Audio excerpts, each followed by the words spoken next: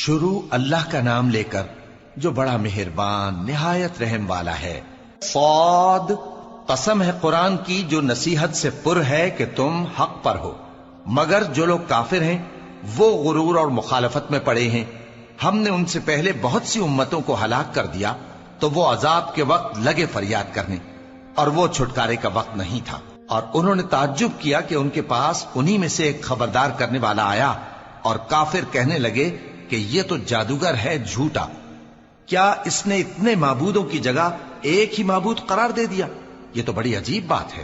اور ان میں جو معزز تھے وہ چل کھڑے ہوئے اور بولے کہ چلو اور اپنے معبودوں کی پوجا پر قائم رہو، بے شک یہ ایسی بات ہے جس میں کوئی خاص غرض ہے، یہ بات کسی دوسرے مذہب میں ہم نے کبھی سنی ہی نہیں، یہ تو بالکل گھڑی ہوئی بات ہے۔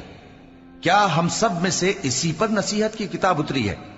اصل بات یہ ہے کہ یہ لوگ میری نصیحت کی طرف سے شک میں ہیں، بلکہ انہوں نے ابھی میرے عذاب کا مزہ نہیں چکھا۔ کیا ان کے پاس تمہارے پروردگار کی رحمت کے خزانے ہیں جو غالب ہے، سب کچھ عطا کرنے والا ہے؟ یا آسمانوں اور زمین اور جو کچھ ان میں ہے ان سب پر انہی کی حکومت ہے؟ تو چاہیے کہ رسیاں تان کر آسمانوں پر چڑھ جائیں۔ یہاں شکست کھائے ہوئے گروہوں میں سے یہ بھی ایک لشکر ہے۔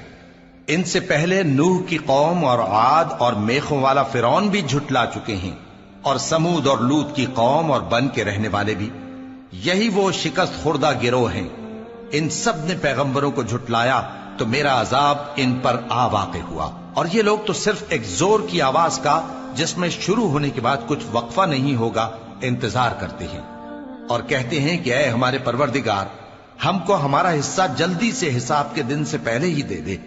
اے پیغمبر صلی اللہ علیہ وآلہ وسلم، یہ جو کچھ کہتے ہیں اس پر صبر کرو، اور ہمارے بندے داؤد کو یاد کرو جو صاحب قوت تھے، بے شک وہ رجوع کرنے والے تھے۔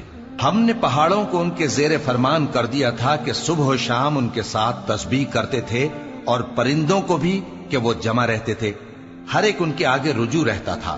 اور ہم نے ان کی بادشاہی کو مستحکم کیا اور ان کو حکمت اور فیصلہ کن خطابت عطا فرمائی۔ اور اے نبی صلی اللہ علیہ وآلہ وسلم، کیا تمہارے پاس ان جھگڑنے والوں کی بھی خبر آئی ہے جب وہ دیوار پھاند کر اندر داخل ہوئے؟ جس وقت وہ داؤد کے پاس آئے تو وہ ان سے گھبرا گئے۔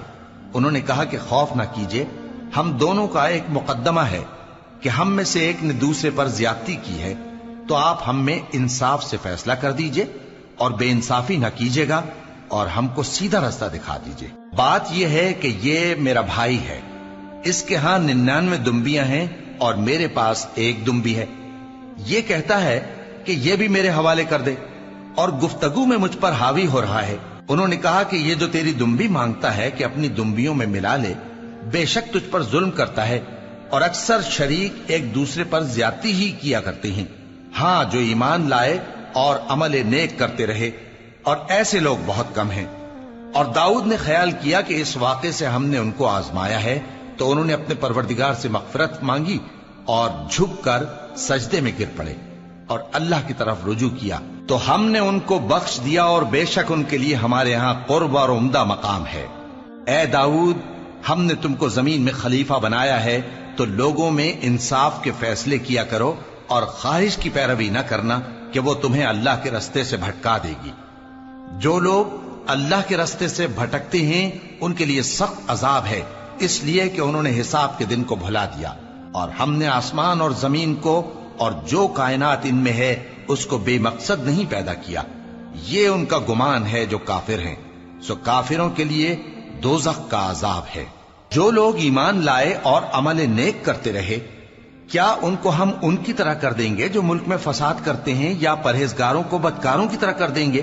یہ کتاب جو ہم نے تم پر نازل کی ہے بابرکت ہے، تاکہ لوگ اس کی آیتوں میں غور کریں اور تاکہ اہل عقل نصیحت حاصل کریں۔